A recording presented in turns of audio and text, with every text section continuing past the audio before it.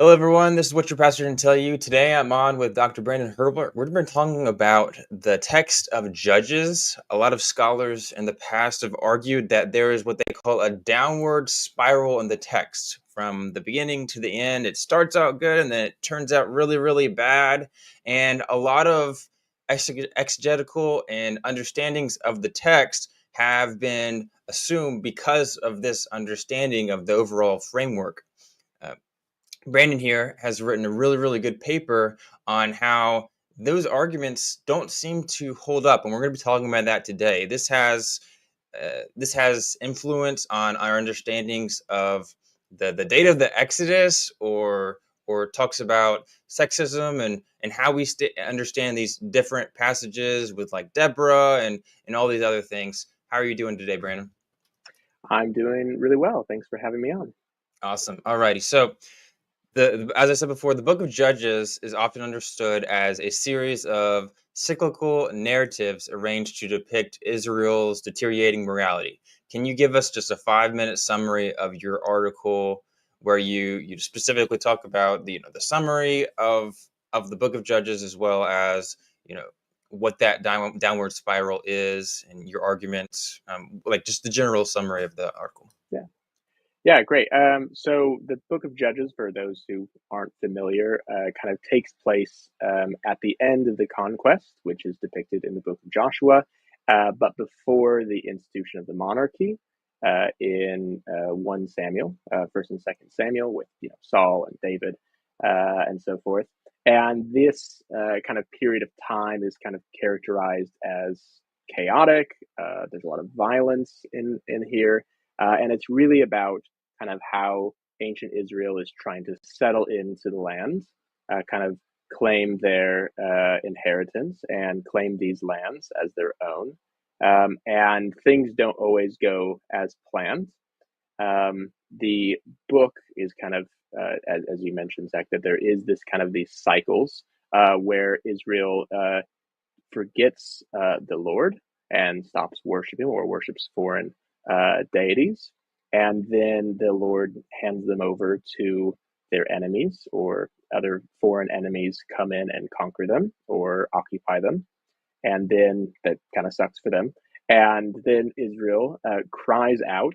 Then God hears their cries, or responds by raising up a deliverer or a Messiah or a Savior or a judge. And we shouldn't think of these judges as kind of, the people with the gavels in courtrooms, but more like charismatic warrior type leaders. Um, and this judge would then deliver Israel from their oppressor. And then the judge dies, and then the cycle kind of repeats. So that's generally, I mean, that's I think a good understanding of the book of Judges. From chapters 17 through 21, the cycle isn't really there. It's kind of a different kind of portion of the book that focuses a lot on the Levites or the priesthood and all the things that they get up to. And there's a lot of violence, a lot of gender-based violence that happens, especially in chapters 19 through 21, that kind of are meant to set up the story for the introduction of kingship in 1 Samuel. It kind of flows neatly from there. And there's lots of references to Judah and Benjamin in there, which kind of set us up to think that maybe Judah and Benjamin have something to do, or could be part of the solution, or maybe part of the problem. So that's kind of the book of Judges as a whole. But this idea of a downward spiral it says something a little bit more than that. It's kind of a structural way of reading, that the cycles don't just repeat, but they actually get worse and worse. And there's a deteriorating moral condition of ancient Israel. And so we see that the beginning of the book of Judges, which starts with Othniel or Ehud or Deborah Barak, these are kind of largely positive judges figures, and their stories are largely positive. But then as the story progresses through Gideon and Jephthah and then Abimelech, although Abimelech's not really a judge, but he has a pretty long narrative, so might be fine to lump him in with the rest of them. And then the story of Samson, which I'm sure a lot of people are familiar with. These later judges are either they exhibit far worse moral behavior, but also these kind of cyclical structural elements within that story.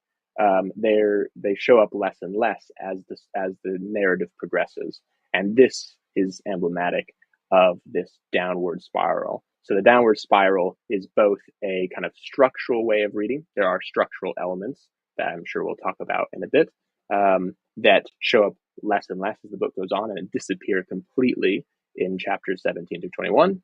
But there's also a deteriorating moral condition of these judges, their reliance on the Lord, the nature of their deliverance. So Samson doesn't fully deliver the people, and also just the kind of moral actions of these characters do get worse and worse. Like Jephthah kind of sacrifices his daughter, and that's far worse than anything Ahud has ever done. So this is kind of this one way of reading the story that has become very popular in recent times. And so my article, I've always felt like that never really satisfied my understanding of judges, or there are certain things that never quite fit in.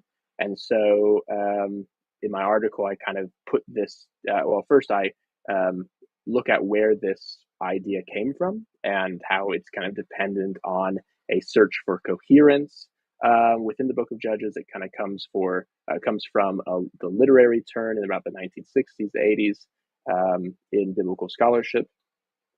It kind of takes off by accident and then just becomes insanely popular, and then is replicated even today. Basically, anything you read of Judges, for the most part, you'll probably find this phrase "downward spiral," or it might be in kind of section headings. It's probably in your study Bibles, if it's the ESV or the NIV or the New King James Version. I can't remember all of them, but basically almost all of these study Bibles have something about the downward spiral in them. And it's just become what I say is kind of just a cliche when talking about the Book of Judges. So in my article, I talk about, kind of put these to the test, put it through a series of 8 tests to kind of determine whether or not it's there. And spoiler alert, but I don't think it's there. And then I propose that we read or understand the Book of Judges as a creatively curated anthology. So that these are a collection of texts that don't need to be read as one coherent narrative. They're more like little bits and pieces of a story, but they find a deeper coherence because they're all set in the same kind of moral literary universe. And they're all kind of working towards the same end, but very differently from one another. And so we can appreciate both the continuities between the stories, so it's not just haphazardly arranged, but we can also understand the discontinuities between the stories and respect them because it's not trying to present one linear progressing story of that time period. It's really trying to give us snapshots, and these snapshots of these stories can have different emphasis, and they can present various themes or various kind of theological points about all sorts of things, rather than kind of compressing them as the downward spiral tries to do, compressing them into kind of one single or a few, similar kind of themes. I think my reading opens up the Book of Judges to being read and appreciated at a deeper level, and one that is actually, I think, a lot, I don't want to say more faithful, but at least based a lot more on the kind of textual data, rather than a kind of more speculative or structural way of reading that doesn't really align very well to the text. Much appreciated. So just for some clarity for my audience, so this Judges book, the Book of Judges, this is right after Moses. Moses and the Israelites, they get out of Egypt, and then Joshua goes into fights a bunch of people, and then it's right after that, after they've kind of stopped fighting. Essentially, is that a good way to put it? And then it's right before Samuel and David. Is that right? Yes, and even the first 2 chapters of the Book of Judges are they're not quite a copy and paste because they didn't have copy and paste back then, but it's very similar, very almost identical to other portions of Joshua. So really, you should see a lot of continuities between these two books. That the land has not fully been conquered, but enough of it's been conquered that Israel can be in the land. But there's still work to be done. And whereas Joshua kind of presents this as like, okay, there's still more work to be done, but let's do it. We can do it, or this next generation can do it. Judges kind of reveals like, well, yeah, they tried, but they didn't actually do a very good job. Right. And this is what's happening, and what has happened since then. And it does set up very nicely for the book of 1 and 2 Samuel, kind of this introduction of the monarchy. Awesome. All right. And just for people looking to read it themselves, you can see the name of it on the screen. I made a little oopsie and didn't put it in the description, but it'll be after we put it after we're done making it live here. So um, either way, all right. So the next question is why this discussion matters.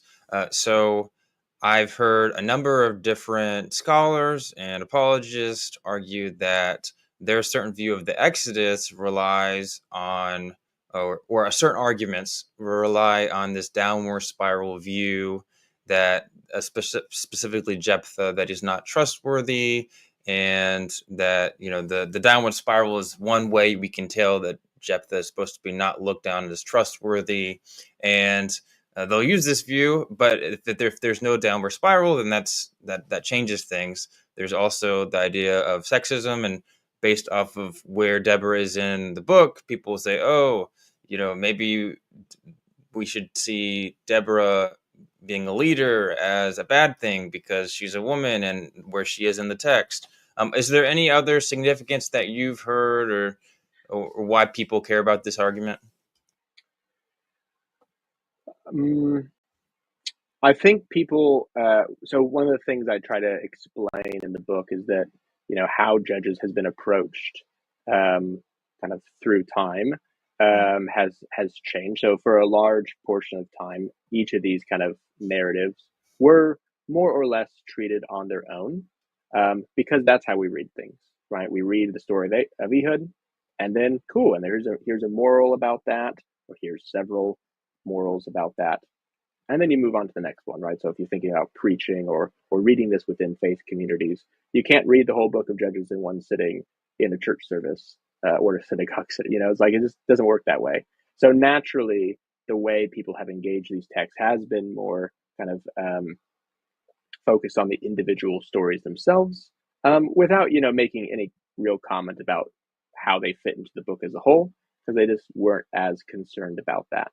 And if they were, it had to do more with kind of history, as you've been mentioning, like how does this the chronology, um, uh, how does that work together?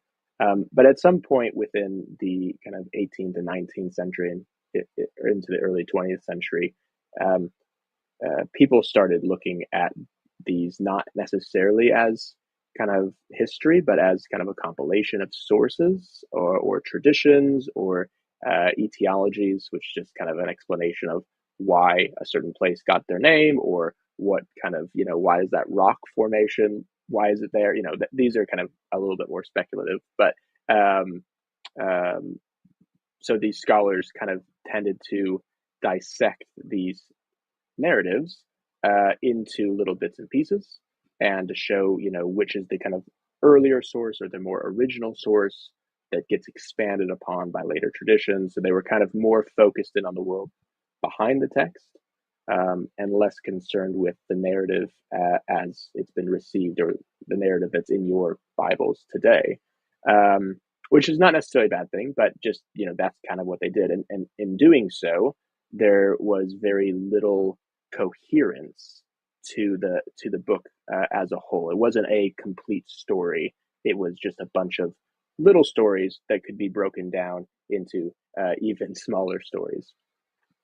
And in about the 1960s or so, this kind of literary term, people started going, okay, but what if the received text, this book that we have now, what if it's actually very meaningful? What if there's actually a deep coherence to this text, and there's actually a theological point, not of the book as a whole, not only when it's been broken up into these little bits and pieces, but rather there's something coherent about the text because it's been edited and received in this way. And in doing so, a lot of these more literary trained scholars, or people who are kind of reading the Bible more as pieces of literature rather than a collection of sources, they tended to see a lot more coherence, and so they're trying to read Judges as a coherent narrative, and in doing so, that led them to make certain conclusions. So this downward spiral is kind of the result of that type of reading. But it does tap into, kind of back to your question, it does tap into this concern of various scholars that these texts have to be coherent to be meaningful. That if it's only this kind of haphazard collection of sources, then either it can't be meaningful or its theology is going to be less impactful or something like that. And so which I think is a fair criticism of these earlier scholars that kind of do render, the completed version of this text, or the received version of this text, to be less meaningful than its original or originating circumstances, which, that's fine for them to do. But, I do think other scholarship has a point that, well, there is also meaning in this kind of received or edited text. So I've seen that as kind of animating issue for those who want to read Judges in the downward spiral. But in terms of, you're talking about the dating of the Exodus, which I don't have, strong opinions about. But oftentimes Judges is this kind of missing piece in those puzzles, because it depends if you think that these texts are operating in a linear progression or linear chronology. Do they happen one after another? That's kind of how the text is presented, kind of. I mean, that's how at least the logic of it is, because it talks about all Israel. But more critical scholars kind of talk about, well, how these are probably a collection of local traditions that kind of grow up into, talking about all of Israel, even though some judges only operate within a small geographic area, or certain texts only mention, some of the tribes of Israel rather than all of them. So do these texts operate, one after the other? Then you could count up the years theoretically and get to a nice number. Or are they happening, concurrently with one another? If they are, then it's harder to date any of these stories or map them onto kind of a neat chronology, which then makes trying to date or the Exodus, or arrive at a date of the Exodus a little bit more difficult. And then does that cohere with what's said elsewhere in Kings, for instance, where it talks about a particular number from the date of the Exodus to the building of the temple. Right. Yeah. Well said. Very well said. All right. Thank you. So, scholars like Daniel Block, Terry Brensinger, Kenneth Way, Robert Chisholm, Barry Webb, a bunch of other scholars have been arguing for this downward spiral idea in the book. Can you just go in detail about why you think, or let me rephrase that. Can you go in detail about why they think there is a downward spiral? Like, what are their main arguments they would use? If you could pretend to convince people of that view, could you do that right now? Yeah, I mean, you're probably just better off reading them, but I'll do my best. So I'll pick on Block. Okay. Only because he can handle it. I know other people can handle it as well, but his main theme is that the central animating theme of the Book of Judges is the Canaanization of Israel. So Israel progressively looks more and more like their Canaanite neighbors as the book progresses and goes on, and that theme carries Dan Block throughout the whole book. Into the end of chapter 21, whereas some of the kind of downward spiral themes, they might only say it with features within the central part of the book, chapters 3 through the end of 16, which is basically the stories of judges themselves, Othniel from to Samson. So I think a lot of these the proponents of the downward spiral, they'll point to a number of various arguments. So in no particular order, some will talk about how the sorry, it's me outside. They'll talk about the activity of Israel's God is more active in one part of the book than another. Though different, in contrast, other people will say the exact opposite thing. People will talk about the length of oppression increasing over the course of the book, and therefore that demonstrates a downward spiral because Israel's oppression is getting worse and worse. Other people talk about how Othniel, this is kind of these two main important ones, is that Othniel, the first judge, is paradigmatic is basically the paradigm by which all other judges can be criticized or evaluated on. And so there's a number of structural elements within the story of Othniel. And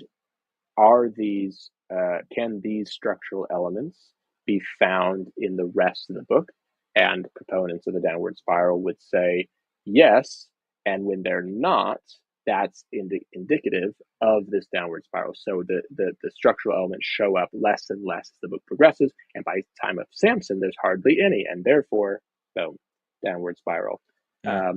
Other people would also make a similar argument, sometimes not being able to not differentiating between the two, but there's a idea within chapter 2 of Judges where basically it's like it introduces the book, and it's God speaking, and it's basically saying what's about to happen is that you're going to forget me, and I'm going to give you into the hands of your enemies, and you're going to be yes, very good.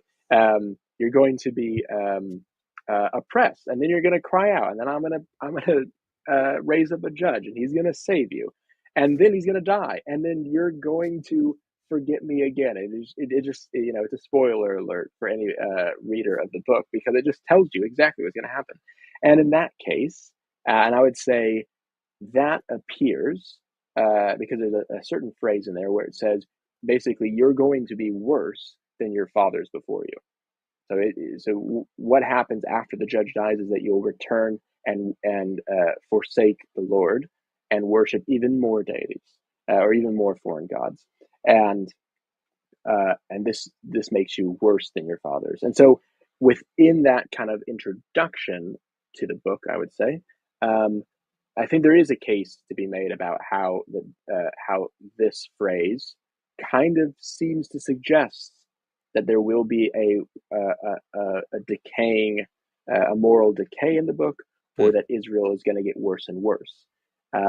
But I would say that the proponents of the downward spiral take one step further and reference these structural elements that they kind of find within either the Othniel cycle in chapter 3 or this kind of prologue in chapter 2, and they kind of identify key data points and say, okay, are these found in other in the rest of these judges cycles? And when they aren't, or when they don't find them there, that indicates that downward spiral. And therefore, when when Gideon exhibits, or basically the argument should go then that Gideon exhibits less of these structural elements than Deborah and Barak, and Jephthah exhibits less of these structural elements found in chapters 2 and 3 than Gideon, and Samson should exhibit hardly any of these.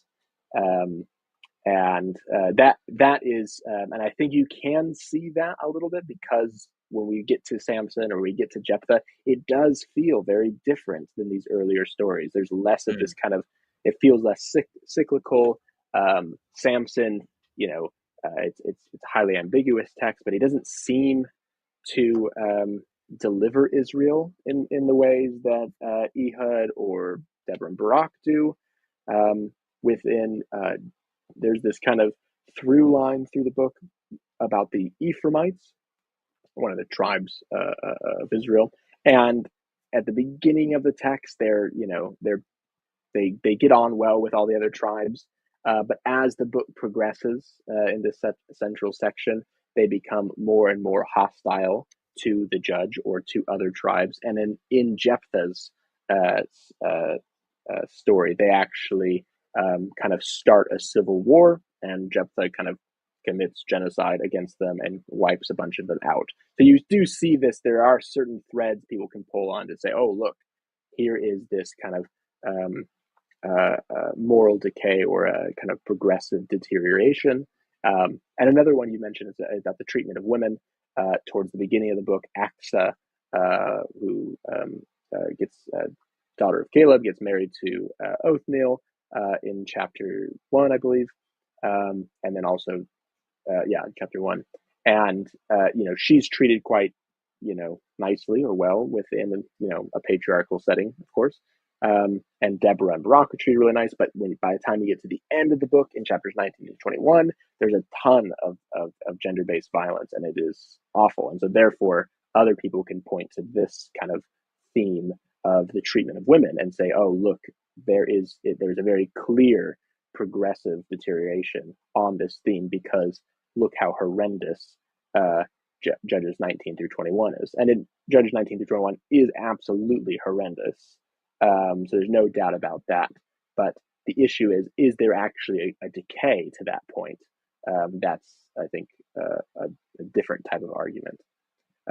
But yeah, I think those are some of the ways. I think they would feel comfortable saying that that's kind of some of the reasons why they believe in the downward spiral, or what prompted Yeah. them to argue it for it in the first place. Yeah, yeah, and that makes a lot of sense. It's not. It shouldn't be that much of a surprise that scholars would argue for this, because if you do look at, as you said, at the very beginning, it seems like everything is mostly good, and then at the end, it's really, really bad, and Yeah. there are parts in the middle that seem to be getting worse. But really, does that bear out is the question. So. Some scholars have argued that the Book of Judges was not written at all at one time. They argue there are multiple editorial layers, just like how Genesis, like all Christians agree that even Genesis and most parts of the Bible have some type of editorial hand, where you have like a city of Dan.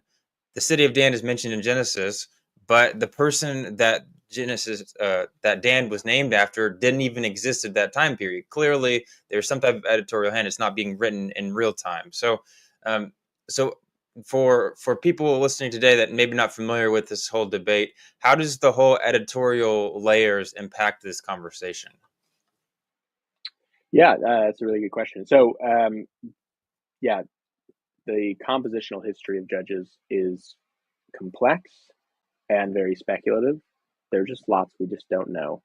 Mm, But I would say it makes very good sense, because we can see various, what we call seams.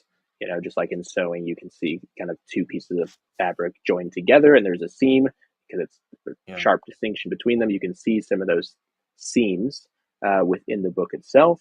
Not only in the fact that there's just simply lots of different stories, but you can. It seems it appears to be that there is a growth of some of these stories or traditions. You could see that I think, very clearly within the Samson narrative, right? You kind of have stories of him as a strong man, fighting the Philistines, and then you kind of have his origin story in chapter 13. You have his kind of this weird story where he goes to Gaza and pulls down or breaks down the city gates and carries them to Hebron. What's that about? And then there's the story about Samson and Delilah, and then eventually his death in the Temple of Dagon. And so you see kind of like it almost appears like there is a central core to this story that kind of keeps getting added onto. And that's just one of them. I mentioned earlier about Judges 17 through 21 looking so different. and with a very different theme. There's no judge in any of these stories. There's actually a focus on Levites, and this there's chapter 17 through 18, which actually talks about why the tribe of Dan is not on in their kind of allotted inheritance that's mentioned in Joshua, but why are they so far north? And that's because they couldn't conquer anyone. They couldn't conquer the people in the land where they're meant to, and so they had to move north. And then the whole story is kind of functions as a critique against this cult at Dan that's mentioned later in the Book of Kings. Um, and it explains why they're not where they're where they're it explains why they're not where they are in Joshua. Sorry, that was a mouthful. And then 19 to 21 is about a different Levite and in the town or in the kind of Benjamin area. So it appears to me that there's a lot of small local legends that kind of get built up. At some point, they get edited together as a collection. Maybe there's some various additions to it, and then at some point somewhere there is a prologue, chapters 1 and 2, that are kind of added onto that. They kind of shape the story, and then at some point the chapter 17 through 21 get added on to the text as a whole, which kind of then shapes and changes it, introduces Levites, introduces more cultic issues to the book that are there and present in the book, but not as prominent as they feature at the end. And I think why this is important is that there has always been this kind of there's kind of a sense that this story or this book lacks a certain coherence to it because there are so many edges and so many seams. Where critical scholars then went looking for in the 18th and 19th centuries, they went looking for sources and sagas and legends and traditions, and they found plenty. More literary scholars said, no, I think we can, what would it look like if we just read this as a coherent work? Could that even work? And it can work that way. And I'm trying to argue somewhere in between that this text exhibits both continuity and discontinuities, coherence and discoherence. So the compositional history does play into it because it's kind of the animating issue that creates the downward spiral, or creates various different ways of approaching this book. Thank you for mentioning that. All right. So your article talks about empirical texting. So we're talking about science, right? Could you briefly walk us through your methodology of how you came to approach this? What kind of tests did you design, and why are these specific tests chosen to figure out if there actually is a downward spiral? Yeah. So I'm by no means a scientist, but I did like using these tests. So a lot of these tests either come from the literature, because someone said something and they said the text says this, or the text does this at a structural level, and my thing was like, all right, let's look at it. Let's look at the data. So a lot of these are what scholars have said or done. Some of the tests are kind of my own kind of thinking through, like if I were to try to prove this, or if I thought maybe there was a downward spiral, this is what I would expect to see in a book. So that was kind of my methodology. Yeah, we can look at some of the texts there if you'd like. Do you have them Sure. on the screen? The first, I mean, I can just walk through them pretty briefly, Okay. but the first test is the Othniel cycle paradigmatic for the rest of the book, which is that one. Yes, great. So basically, this is that structural element that I thought that various scholars point to. There are different scholars have different amount of data or amount of these kind of elements. Some have 4, some have 5, some have 7, because, the Bible, so things have to come in sevens. Here in this one, I did 11 because I just wanted there to be more data points, try to give people as much chance to get the downward spiral as possible. So making them as kind of uh, precise as one could without it being too particular. Like, oh, it's a Canaanites, but this is the Midianites.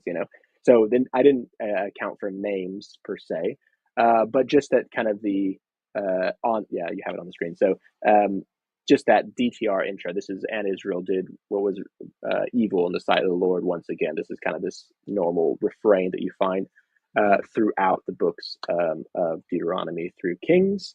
And as you can see, the X's mean that they are present within the narrative. So the white boxes, the black X's, that meant they're there. And you can see through Othniel, through Samson, they all have them. And then the little boxes below them have the kind of verse numbers, you can see. The black boxes with the white dashes means that they are missing in the narrative. And so here that the Lord is angry appears in the Othniel cycle, but it does not appear in any of the other judges save for Jephthah.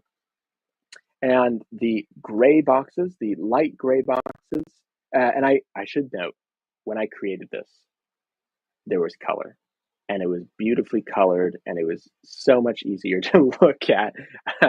And it made a whole lot more, there was green, there was red, there was yellow. It made sense. Now they didn't print color, so I had to change it to grays. So apologies for that. But the light gray boxes there, so in the verb sense, so that the Lord sold them into the hands of their enemy. We have identical phrasing in Deborah and Barak and in Jephthah, but in the Gideon and Samson cycle, it says he gave them. So he sold in certain ones, he gave them in others. And to me, those are virtually the same, but they are different. They are a different word. And if the point is the structural elements are present, then we have to say it doesn't actually count. Or maybe it only, in this case, I awarded a half point for that because the argument is that they're the same structural elements, and here is a difference. And similar thing happened with strengthen against. Yeah. Just for It's clarity all for my audience, I was just going to say, like, yeah, if we had in every single narrative the same word sold used every single time, it's like that can't be a coincidence. Something's going on here. But if you have sold and then another similar but not the exact same, well, that lowers the probability that it's going to be or it can't be a coincidence, that it's going to be on purpose, because people just use language all the time, and some match in ideas. But yeah, you can keep going. Yeah. And I don't think this argument doesn't fall because one text uses a different word. Like there's obviously stylistic concerns or aesthetic concerns of the author that I think is a fair thing.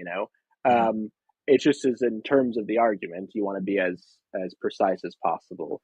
And in other scholarship that use less categories, they kind of fit in lots of variants and lots of variations into like, oh, well, they all kind of do the same thing. And it's like, okay, well, yeah, if we're being fuzzy about these data points, then of course there's going to be our conclusions going to match up perfectly to what we see. But if we're being a little bit more precise, then maybe it doesn't. So I won't go through each of these, but some of the things that I found really interesting is that you have the title, right, of Mosiah, right, Savior. It happened in the Othniel and Ehud cycle, but then in Deborah and Barak, it doesn't mention that. It mentions prophetess. Gideon is not actually given a title in that way. And then Jephthah is given a chief and a ruler. It doesn't talk about a judge. And Samson is not called those either. Is not given that title. The Spirit of the Lord is also kind of strange because we'd expect the exact opposite of what we see in the story, right? We would expect the Othniel to exhibit the Spirit of the Lord, and then we'd expect that Ehud and Deborah and Barak experience it, but Gideon, Jephthah, and Samson don't. Mm. So actually, the Spirit of the Lord shows up more in the quote unquote worst judges rather than the better ones. And we'll come on to the activity of the deity in another test. But if you just taking a look at these kind of scores at the end, interestingly enough, Jephthah scores the highest in similarity to Othniel, whereas Ehud, the one immediately right after him, scores the lowest. And that I actually found that really surprising when I was doing Mm. this research, because I just found that I found that surprising, because especially if Othniel is meant to be paradigmatic and therefore the basis of evaluating the rest of the judges by this similarity, Ehud should be the worst and therefore should be at the end of the text if they're meant to be arranged in a downward spiral.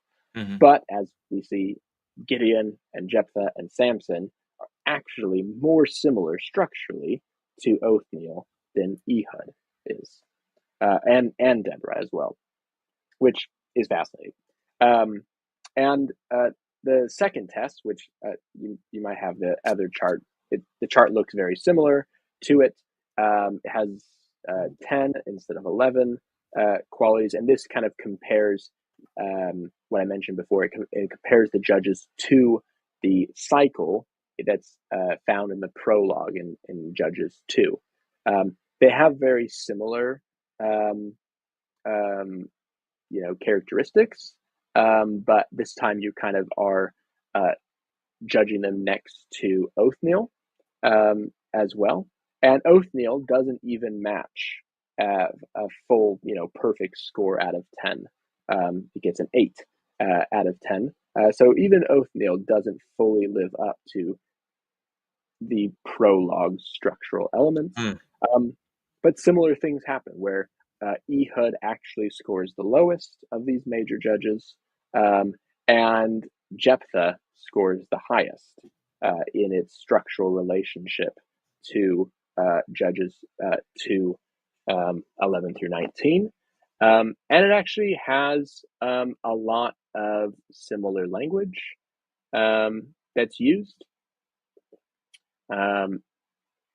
which does make me think that that the kind of so for instance they abandoned the Lord.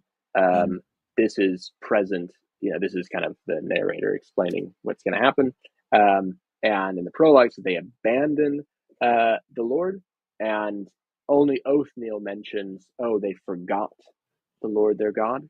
But Jephthah is the only judge that actually uses the same language, that they Mm. abandoned the Lord and went after foreign gods. And so that makes me think that whoever kind of the editor or composer of at least part of the Jephthah story, is the same one who wrote the prologue as well, just because of this like very similar language that you Mm-hmm. don't find elsewhere within the book.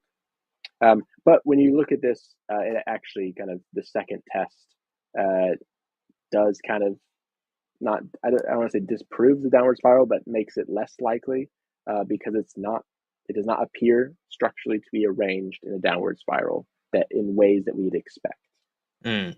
Okay, so just for my audience's sake, so Mm-hmm. the first one you argued that is just it's the structure as given by Judges 3. Is that correct? Like you're just Yeah. comparing the structure that I guess the idea is like, hey, if the writer of Judges or the final editor is like making this type of argument of highest to lowest or lowest to highest, that oftentimes they'll put at the beginning of the or the end some type of like way to read it, kind of like a key. So you look at Judges 3:7, and then some scholars are like, oh, this is how we should read it, and we should compare everybody else by it. But then when you actually look at it, the elements in Judges 3 aren't really in the rest of the book for the most part. Um, Mm-hmm. and Yeah. that gives us a reason to think, okay, maybe we shouldn't be using Judges 3 as the key to understand the text. Is that a good way to put it? Yeah, that's exactly right. And I should say that the elements that are missing in the other cycles Hmm. don't appear to follow any set pattern. Mm, Okay, so there's not like, oh, the first one is always there, and then the second section is there, and four or five out of the six judges, and then the third one kind of has it's not differing, or elements aren't missing to any discernible pattern. It is just kind of a little bit chaotic or random, um, and this leads me to think, well, there's probably not a downward spiral in the same way, according to these two tests. But I try to make clear in my argument or in my article that it's not on the basis of failing one test that hmm we can discount Yeah. the downward spiral. It's more about the accumulation of evidence, or the accumulation of evidence that contradicts this Yeah. reading, that we should have judged these theories. I see. And Mm-hmm. then the second test is very similar, but it just uses the key from Judges 2. Is that correct, or is there anything different Yeah, about the second yeah, one? yeah. No, it's virtually the same, but it's just taking the structural elements that are found in Judges 2:11 through 19. And in this case, there was 10 categories rather than 11 that we saw in the first one, Yeah. All right. because Much. they are different. They Yeah. are different, even though they look really similar. Hmm. Interesting. All right. And so, just for my audience, I guess for just for clarity here. So, uh, yeah, someone might say, well, it doesn't match the structure of Judges 2 or Judges 3 that's given there, but that doesn't mean there's not a downward spiral. So, could you clarify that, or am I missing something? No, no, no, you're fine. It's just that there's kind of two forms of this argument. Okay. One is a structural one, in which people argue that Judges 2 and Judges Yeah. 3 are paradigmatic for the rest of the book, and their Yeah. structural elements can be found. Mm, That's one argument, and I think these two tests disprove that. mm, And then there's another one, which is it's not just vibes, but it's a a profound reading of the text, yeah. where it appears, or it seems to the readers, that things are getting worse and worse as you move through the story. Mm, And so this is based on various elements within the story, both kind of moral or ethical mm, situations, but then also some other kind of structural ones that I mentioned. So, the length of judgeship, or the length yeah. of oppression. Yeah. Right. Right. Much appreciated. Right. And so, as I was saying before, it doesn't disprove that said argument if you have other reasons to hold such a downward spiral view. But this is one of the big ones that scholars use because, as I said before, if a editor is going to put this downward spiral in here, it makes a lot of sense that they would do it at the beginning or at the end or whenever. All right. Yeah. So, test 3, ready to go? Yeah. Yeah. Hmm. All right, awesome. I don't know if this is test 3 or what we're looking at here. Oh, we're not looking at anything actually. There you go.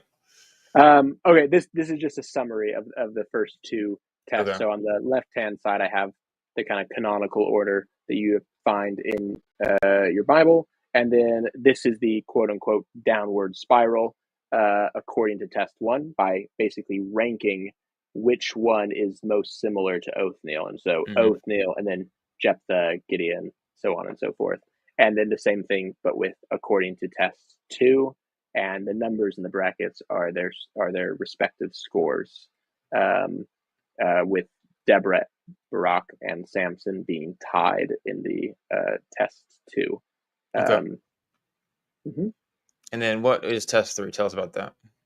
Test three is basically that kind of more subjective test that talks about, do the actions of the judges get worse and worse as the book progresses. So again, as I mentioned, 19 to 21, awful, awful gender-based violence, and there's genocide and war crimes and mass gender-based violence, abduction, marriage by kidnapping, you name it, it's there.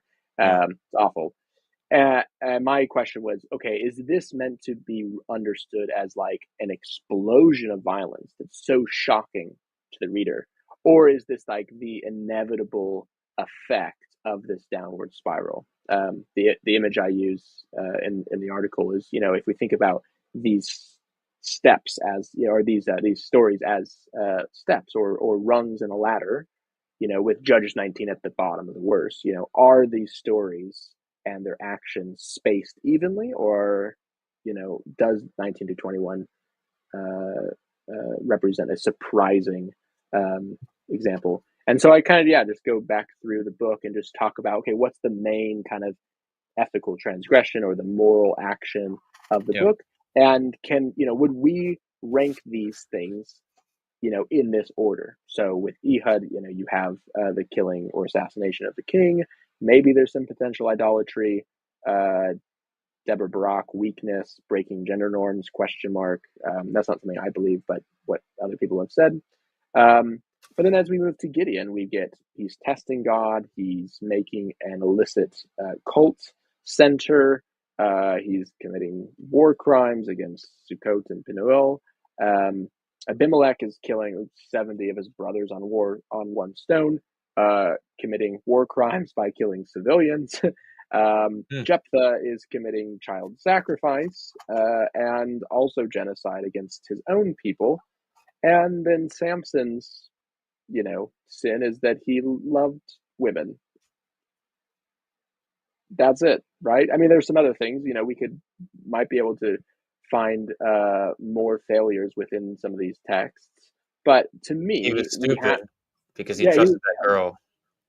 well, yeah, exactly, quote unquote, right? But yeah, exactly. And to me, that is not that is not the same or at the same level as child sacrifice or genocide.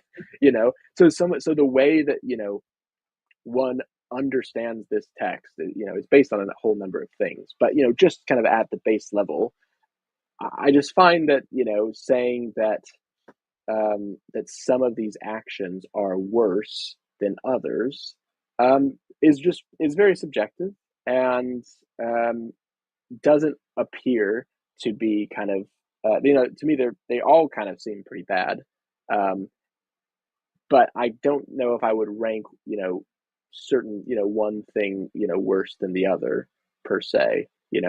Specifically with Deborah Barak, I don't see why Deborah and Barak have to be worse than Ehud. They don't appear to be worse, in any way I can tell. But also with Samson as a character, um, uh, I just don't see anything he does in the text to be worse than genocide or child sacrifice that you see, or the fratricide. I don't see those actions as being worse, but according to the downward spiral, they must be. And so I think sometimes scholars have bent over backwards to try to make that the case, but I haven't really found them very convincing. Um, and so kind of the article just say like, this is a very subjective test, and it probably doesn't disprove the argument. But to me, it really takes a lot of the bite out of the argument when you're like, well, it doesn't appear to progress, or there doesn't seem to be a moral decay in the story, at least not in the kind of equal sense that we would expect to find. And then as the story progresses with Gideon and Abimelech and Jephthah and Samson, it just to me it falls apart. And this is before we even talk about the inclusion of the minor judges, which they're called minor judges because they have so little information about them, and they appear. One appears right after the Ehud story, and before Deborah Barak, just like a one sentence verse about Shamgar, who doesn't exhibit any bad or negative characteristics at all. And then they appear before and after the Jephthah story. And they, some of the stories could be read in more negative ways, but in no sense do they kind of appear to be this kind of downward spiral, in that they are, some of them are not as bad as Jephthah, and the other ones are clearly worse than Jephthah.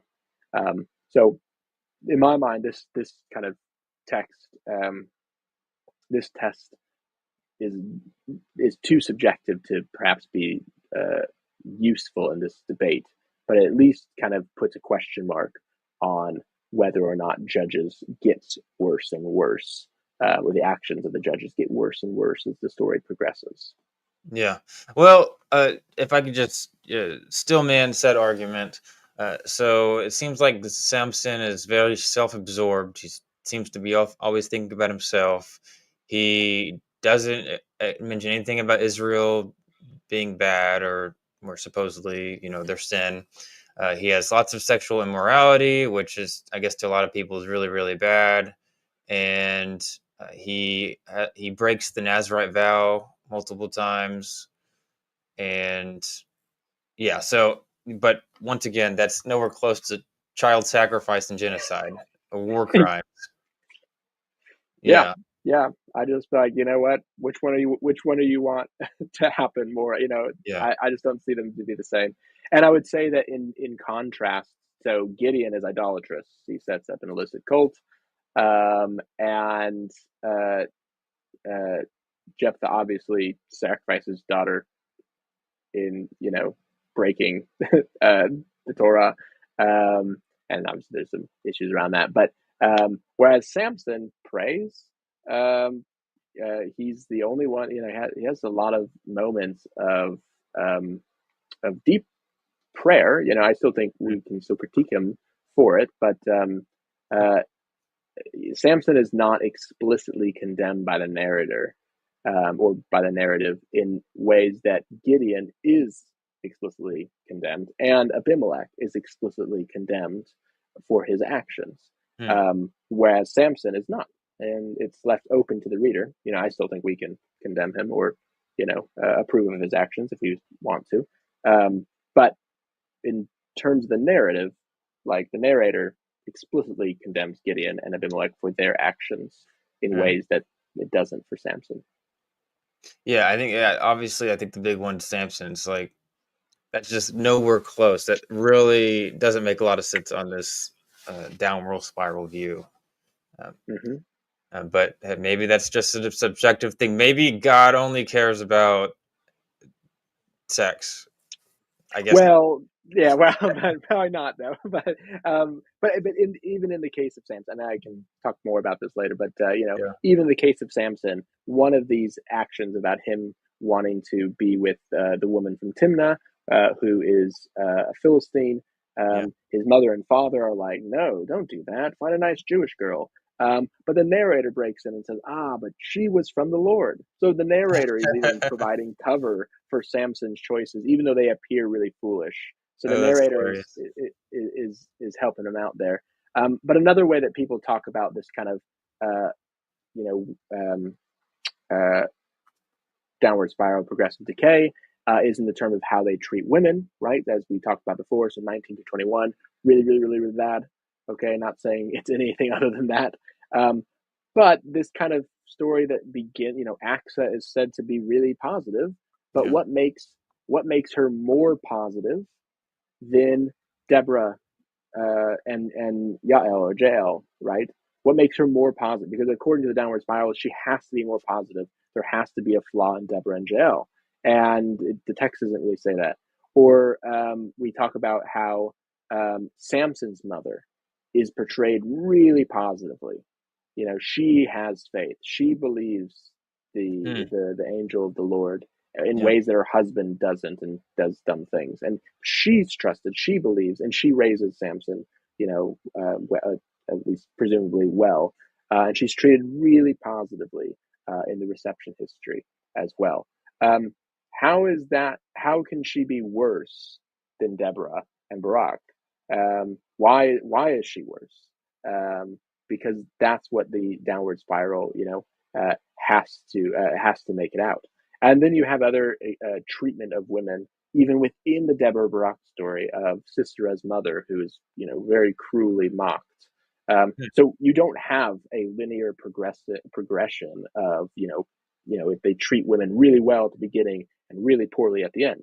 It just is mixed Hmm. throughout, and it does culminate in this awful action, but it doesn't. It isn't shaped in a downward spiral or sloping towards Judges 19 to 21.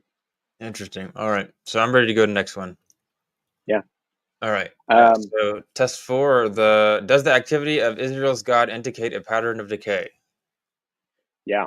So this is one of those kind of interesting ones where one person, I think Dan Block, talks about how um, uh, the worse Israel gets, the more involvement of God. But Ken Way says just the exact opposite. That the spirit, the Lord is more present at the beginning of the book and less at the end. So which one is it, and are either of these true?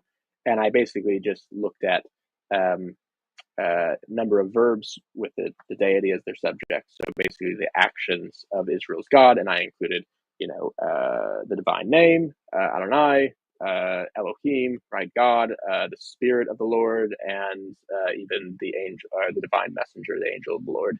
Hmm. Um, and some of these letters in brackets just explain that the so for Gideon and Samson, a lot of those verbs either appear um, one after another. It's just kind of a quirk of biblical Hebrew. This is called Vayiktols, right? So basically, and he said, or and he appeared, and he did this, and he did that, right? So those are all separate verbs, and that's why Gideon has so much. So that's why Gideon Samson's number are so high.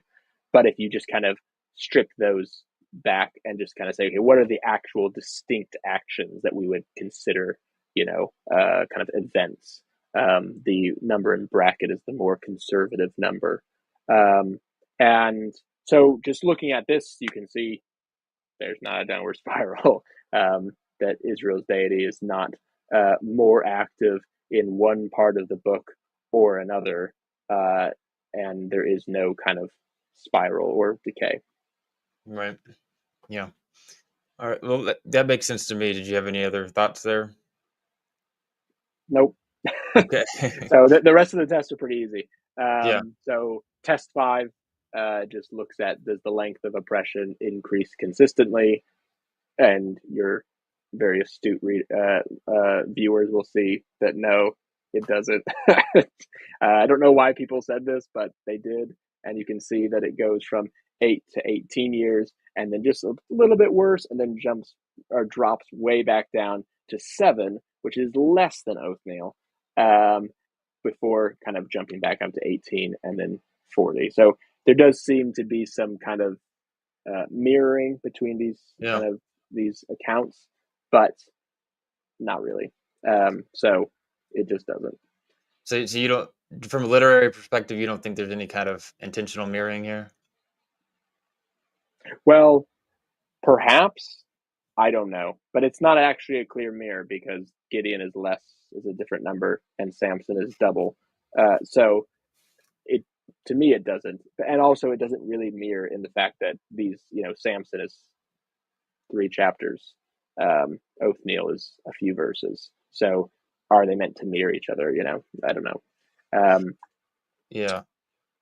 Yeah, that's really interesting. Um, Maybe it's just, I guess, how humans see parallels and all that stuff. yeah, we're really good at making patterns out of static. Right. Um, so this one is, does the length of piece decrease consistently? So less piece, the worse it is. And as you can see, it doesn't.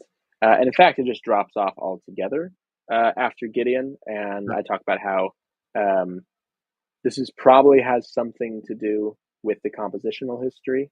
Is Mm. that one editor or one kind of group of tradents?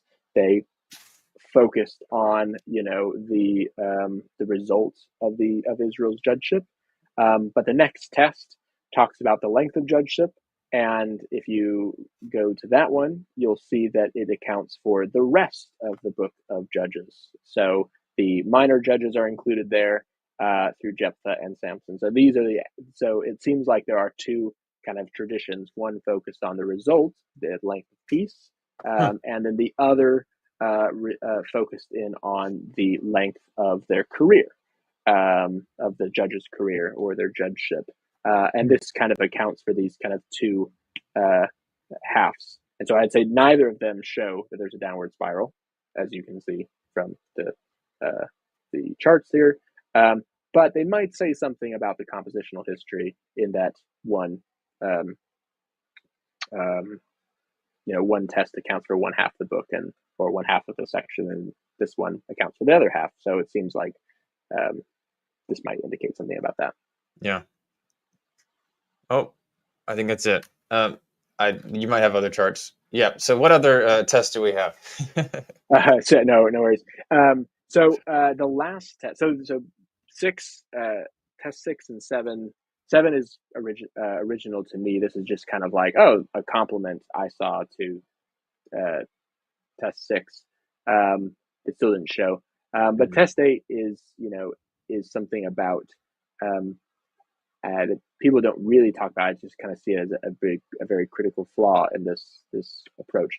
And this is, does the relative chronology and narrative time of judges support the downward spiral? Hmm. If there is a downward spiral, we should expect the book to progress in a straightforward, linear fashion.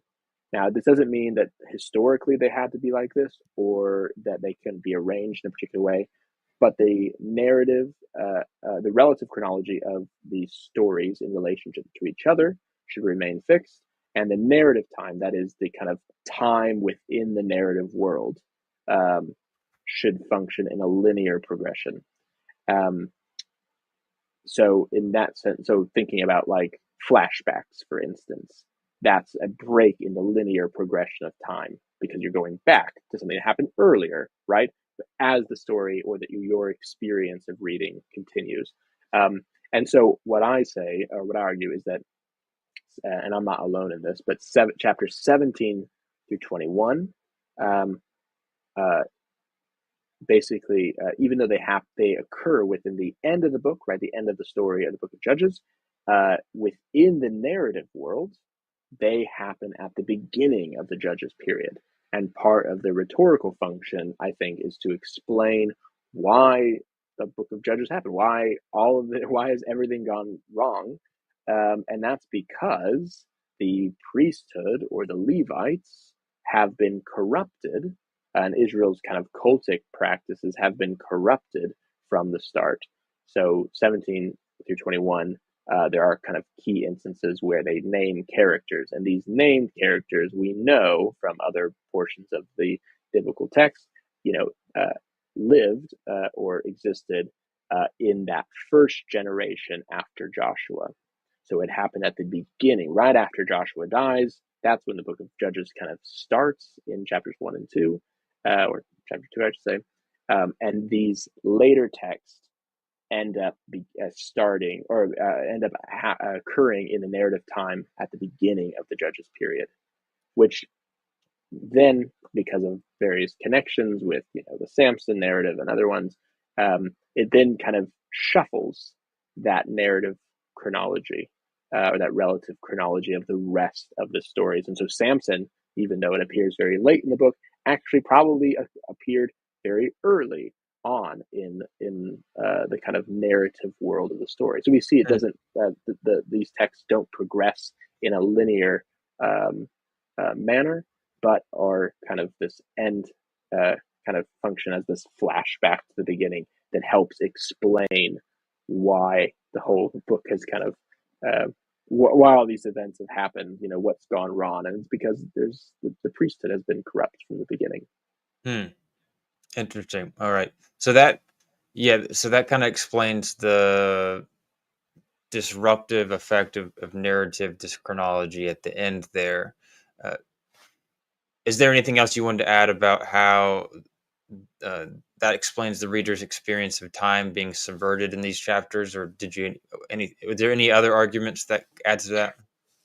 Um, yeah, just to say, uh, I'm sourcing a lot of this from David Bellman, Okay. who's got a great book called The Completion of Judges, and argues some of this.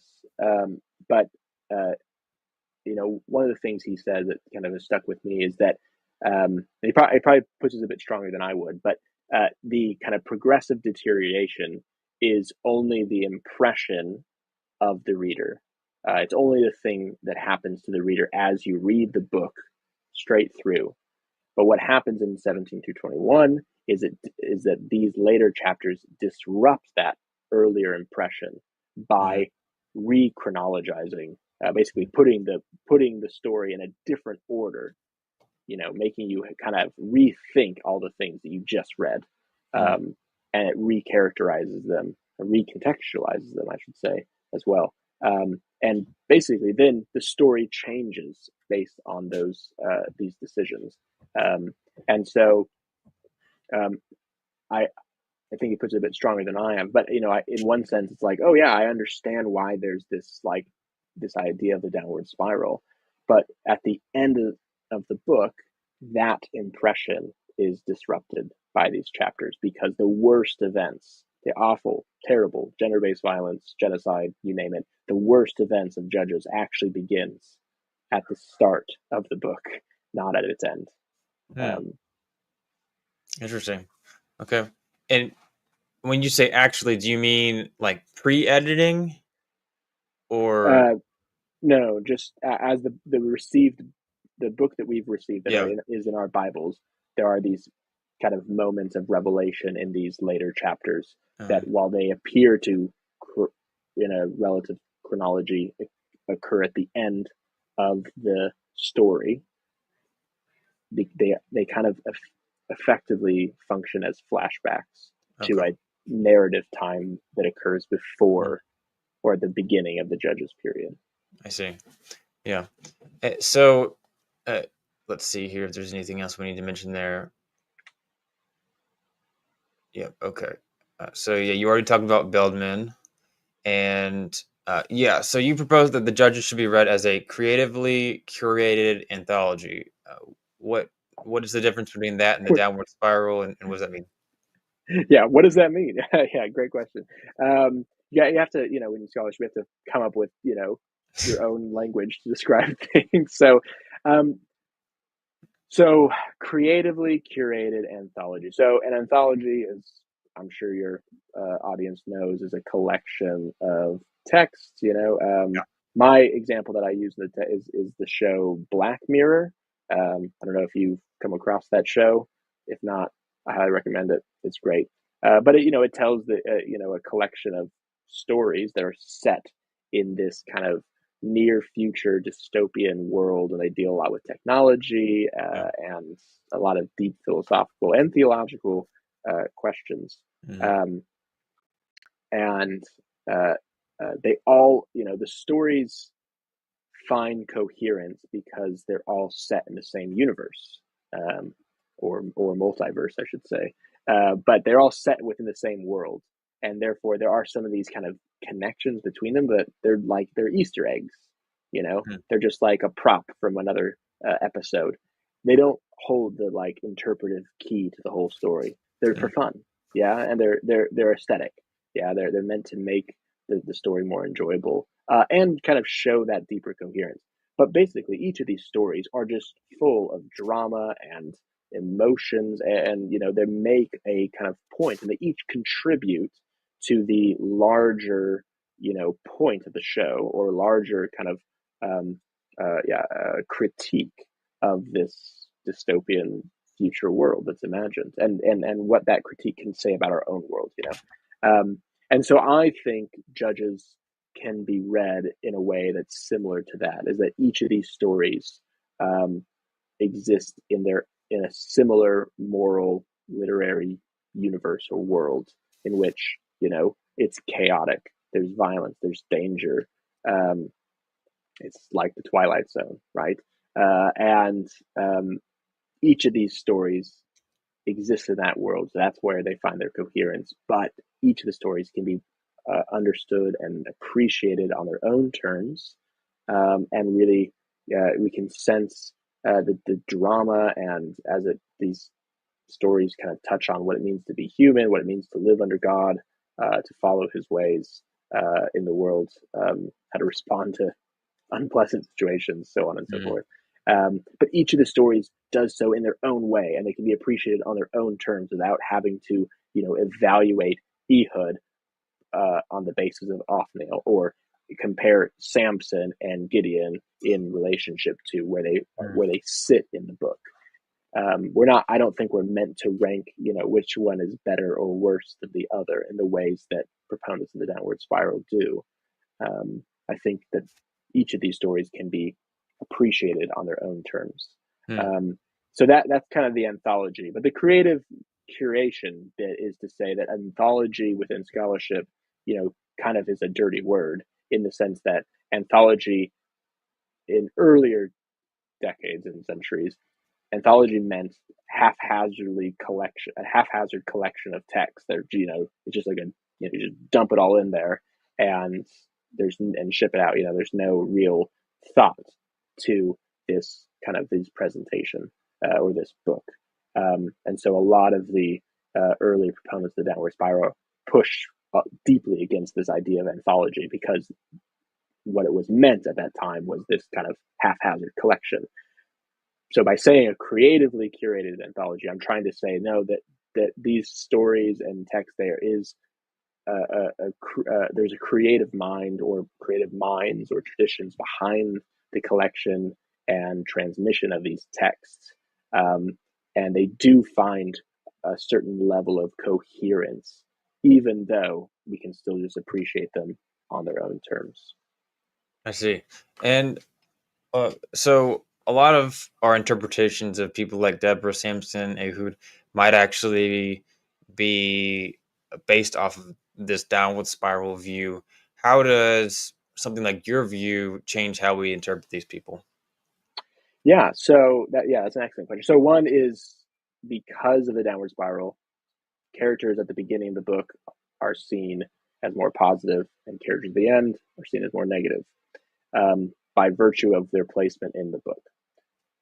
Understanding the book as an anthology means that you can, or as a creatively curated anthology, it means you can understand the story without relating them to their place in the book. So Samson can be faulted for many things, but we might actually, if we just assume, or if we don't assume that he's the worst judge, as Mhm. others have, Yeah. then we're not trying to find fault with him for every action. We can actually be a bit more hospitable to his character or his story. That doesn't mean we can't critique him in the end. I personally do, but I want to say that we can slow down and see how that is happening. Um, Other characters, such as Deborah and Barak, so there's a lot of kind of gendered understanding. So the critique of Barak is that he wants to listen to a woman, question mark, or he doesn't trust God because he asks his representative to go with him, which to me has always sounded like a really good idea. So Deborah goes, hasn't the Lord given you your enemies into your hands? And he goes, okay, yeah, I'll go, but only if you go with me. That seems like a very reasonable request to me, and the narrative doesn't exactly fault him for it. It simply says the glory will not be yours; it'll go into the hand of a woman, and this, ends up being with Yael. Um, so, uh, I so what this means with this anthology is that you don't need to compare it to the other texts, and you don't automatically need to assume that someone is at fault in this story, whether it Yeah. be Deborah or Barak. But proponents of the downward spiral have to say that because it follows after Ehud and Othniel, so it has to be worse. Instead, I just kind of say we could just see this as a very compelling drama, full of intrigue and war and violence, and obviously the poem in chapter 5 as well demonstrate this. It's full of tension and irony, and there's also some humor in it as well. Um, and we can just appreciate that on its own terms and ask, what does this tell us about ourselves, about God, about all sorts of things. But we don't need to automatically find Deborah to be worse than Ehud or Othniel. Um, and with Ehud, generally speaking, most scholarship has seen Ehud as a very positive figure. Mm. Um, I think it's basically only, to I should say, to relative degrees, of course. I think it's actually only Dan Block who finds fault with Ehud, and that's simply because he exists in this story of or in this kind of downward spiral, and so Hmm. he has to find some fault in him because of his reading approach. Um, um, so in ironic ways, I kind of agree with Block in that sense that I do think Ehud can be read in a negative sense, or maybe even as an anti-hero. You know, Hmm. he's the kind of character that we root for, but we know that his actions are not good. You know, so the story, you know, changes when, you know, he says that he has um, a word from God, or a secret word, or a word from God, and then the pagan king, you know, quote unquote pagan king, rises to hear that word of God, and then Ehud kills him. I mean, I've always just found that as like, I don't think that's what we're meant to do. Um, Trick people and lie about having a divine word so that we can kill them. I don't think we should do that personally. And it seems that within reception history, no one else did either. It seems that almost everyone knew that that's not what we're meant to do. Huh. But so I think this can, you know, approaching it as an anthology frees us up to make different moral evaluations or different, you know, narrative evaluations of Yeah. these texts because they're freed from a kind of structural way of reading that, as I think I demonstrate, isn't actually a good way of approaching the text. It doesn't actually cohere with what the text is actually saying. So I think my reading allows for new rereadings of these stories that I can't wait to see what other people end up doing with it. But I think it opens up the story rather than closes it down or Hmm. predetermines its meaning. Yeah. Well, we've already been going on a really long time, but I just really wanted to ask real quick. So, in this world where the Israelites have just come and they've just been in this narrative world, been killing all these Canaanites and all this stuff, and these pagan people, and it's partially related to them serving other gods.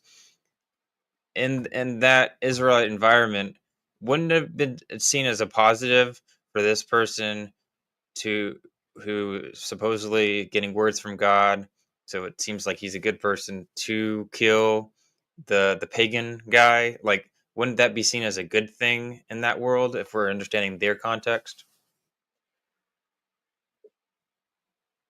So I deeply understand this question. Yes, in a sense, but in other experiences with Israel, the nations. Mm, So we can think of the Exodus, right? So we have Moses and Pharaoh. Moses at some point tries to effect a certain small version of deliverance by murdering the Egyptian, and it gets him nowhere. That's not the way that mm, God is going to bring his yeah, people out of Egypt. And he does so by words, right? Moses goes and says, "Let my people go." And then Pharaoh goes, "No, I'm not going to do that. That's silly." And then all these, you know, divine actions happen. But Moses is almost interpreting these experiences to Pharaoh. And so it's through nonviolence. Well, it's not nonviolence because God is doing a lot of things, but yeah, it through the activity of the human actors. They are meant to be still, right? The Lord will fight for them. They only need to be still. And in the second case, we have the story of Balaam in Numbers, well, I can't remember the exact reference, 22, 25, one of those two. Excuse me. Um, and it's actually in a similar situation where the king of Moab, um, Balak, he wants Israel to be wiped out. And so he hires this kind of prophetic hitman named Balaam um, to curse Israel. And then there's these deeply ironic narratives where three times Balaam's like, "Sorry, man, I have to bless them. God says so," you know, and it ends up like the situation just doesn't actually happen, right? Israel doesn't even know that they're in danger of being kind of attacked by these Moabites, and it doesn't actually end up happening in the ways that the text says or envisages, or mm, Balak envisages. So in the previous kind of two main cases of God delivering his people from oppression, one of which being with the Moabites, which are the enemies in Ehud's narrative, um, God uses words to deliver his people, or at least he doesn't use human action and human activity with respect to violence to deliver his people, as he does elsewhere. But in this case, I find it interesting that he lies about having a word from God, and uh, it, within um, Jewish tradition, Yeah. it was actually um, Eglon, the king of Moab in this story. Eglon's rising from his seat to hear God's word. This is actually the thing that's commended in the story. And within Jewish tradition and Midrash, um, it says that God, because he stood to hear God's word, which is why uh, Jews should stand in synagogue to hear God's word. In order to hear this, because he rose to hear God's word, he'll always have a descendant on the throne, and this was presumed to be his daughters, Eglon's daughters. In this understanding, were presumed to be Orpah and Ruth, the Moabite, and then Ruth ends up becoming more Israelite and then being part of the Davidic lineage, or producing the Davidic lineage, and therefore that's what fulfills this word to Eglon. So I would say that there's lots of clues um, within the text that makes me think that, but I want to say that freeing Judges from the downward spiral Hmm.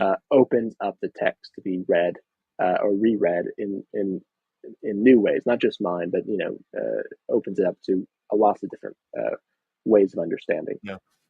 Yeah. Yeah. The question was kind of beside the point. Doesn't necessarily have to do with your specific argument, but I appreciate you piquing my interest there. So, yeah, thank you so much for coming on here. It's been an absolute pleasure. I'm going to add in the description your article, and other people should check out your other work. Is there anything specific you want people to know about? You have a podcast or any books that you want people to know?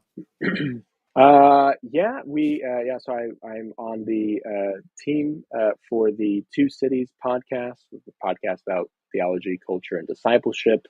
Um, we have all sorts of episodes about all sorts of things, from biblical studies like we've been talking about today, to theology and philosophy, to kind of issues that deal with culture and politics, to even pop culture. So we just did an episode on Squid Game, the new Nice. season of Squid Game. We just did one on the new season of Black Mirror. And we do all sorts of things. So you can check it out, the Two Cities, on wherever you get your podcasts. Awesome. All right. Well, thank you so much for watching. Everybody, make sure to like and subscribe. Uh, Follow Brandon here. It's been a pleasure, guys, and I hope you have a good rest of your day.